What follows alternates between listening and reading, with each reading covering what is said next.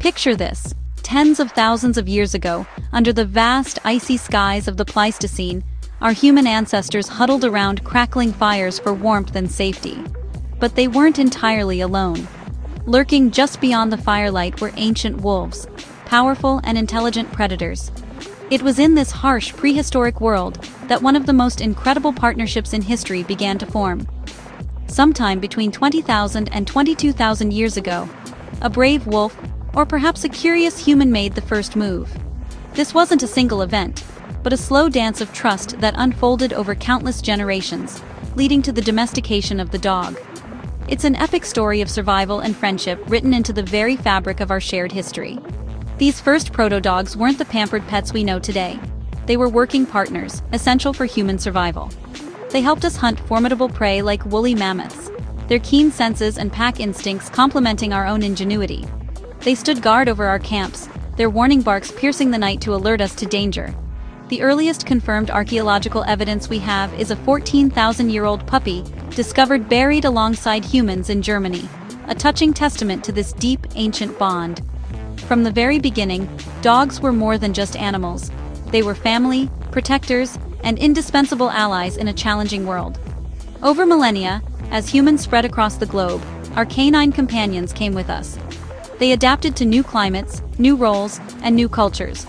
We selectively bred them for specific traits, creating a stunning diversity of shapes, sizes, and temperaments. From the powerful livestock guardians watching over flocks in the mountains, to the swift sighthounds coursing across open plains, each breed was sculpted for a purpose. Yet, despite the vast differences between a towering Great Dane and a tiny Chihuahua, a fundamental wild echo of their ancestor remained, a whisper of the wolf that started it all, waiting to be discovered. It's important to remember that our beloved dogs didn't evolve from the modern gray wolves we see today.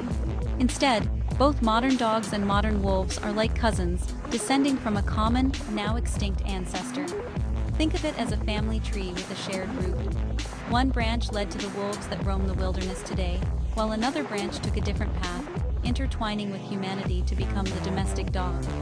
This shared lineage is the key to understanding the deep genetic connection that still links the wild predator to the loyal friend curled up at our feet.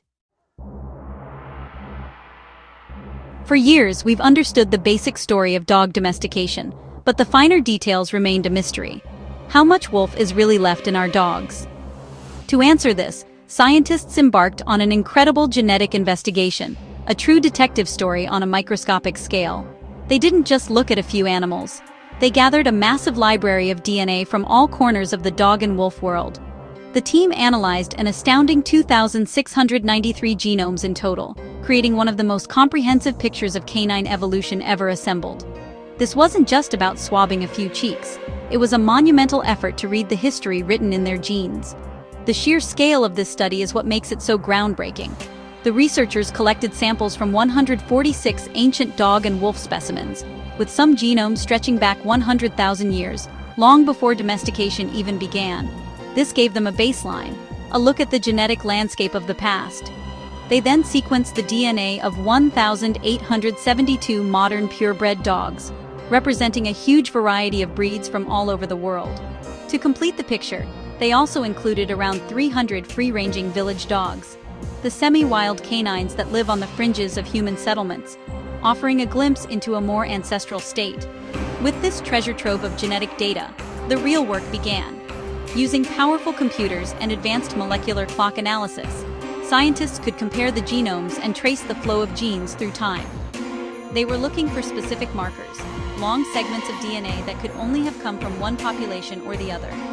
By identifying these segments, they could pinpoint exactly when and how often dogs and wolves interbred after they had already diverged into separate species. It's like finding a sentence from one book that has been copied directly into another, proving a connection between the two authors. This process is remarkably similar to how geneticists have studied our own human history. You might have heard that many modern humans carry small percentages of Neanderthal DNA.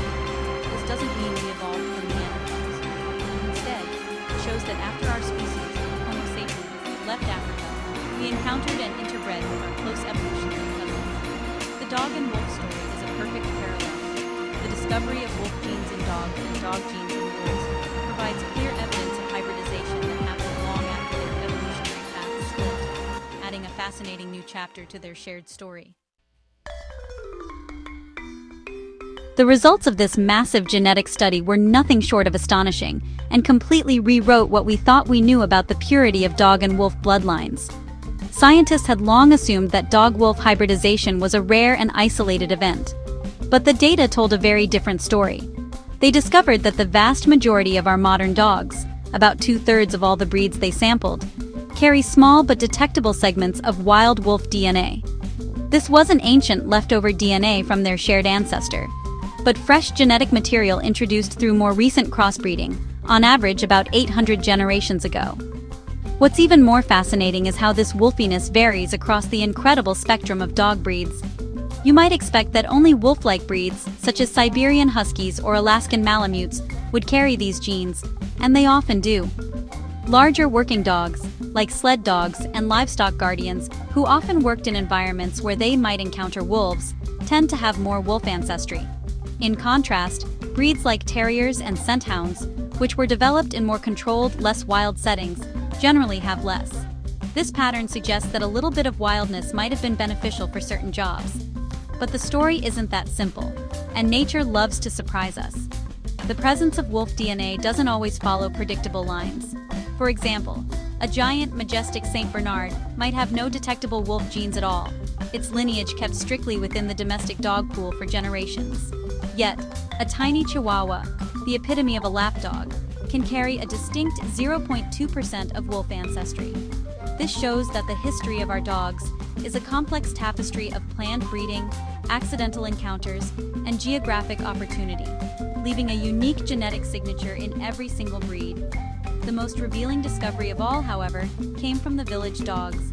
While only 2/3 of breed dogs had wolf genes, every single village dog they tested carried them. These are the ultimate survivors, living by their wits on the edge of our world. The study found that the wolf genes they carried were often linked to crucial survival traits, particularly olfactory receptors. This suggests that inheriting a wolf's superior sense of smell gave these dogs a significant evolutionary advantage, helping them find food, avoid danger, and thrive in challenging environments. It's a perfect example of nature borrowing the best tools for the job. This newfound understanding of gene flow isn't just a fascinating piece of history. It has real-world implications for the health and survival of both dogs and wolves today.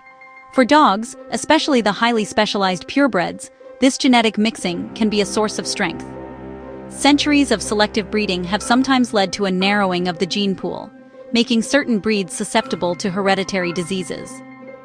The introduction of wild genes, even from many generations ago, can introduce new genetic diversity, potentially buffering against some of these issues, and contributing to overall hardiness and resilience. The benefits are clearly seen in the village dogs, where a dash of wolf DNA can mean the difference between life and death. That enhanced sense of smell, inherited from their wild cousins, isn't just a neat party trick, it's a critical survival tool. It allows them to be more efficient scavengers, better at detecting predators, and more attuned to their environment. This genetic mixing serves as a powerful reminder that adaptability is key to survival.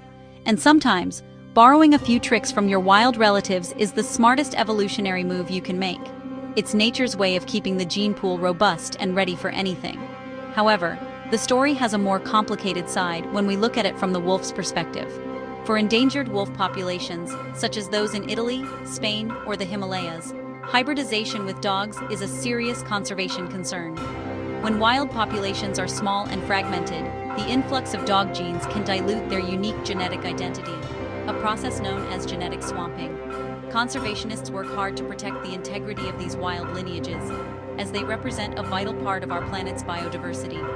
The goal is to keep wolves wild and prevent them from slowly turning into wolf-dog hybrids. Ultimately, this research illuminates the beautifully complex and ongoing relationship between wild and domestic worlds. It shows us that the line between dog and wolf is more porous than we ever imagined. This genetic dance has shaped the evolution of both species and continues to influence their future. Understanding this connection is crucial for making informed decisions about conservation, for appreciating the incredible adaptability of our canine companions, and for celebrating the enduring, untamed spirit, that little piece of the wild that still lives within the heart of every dog.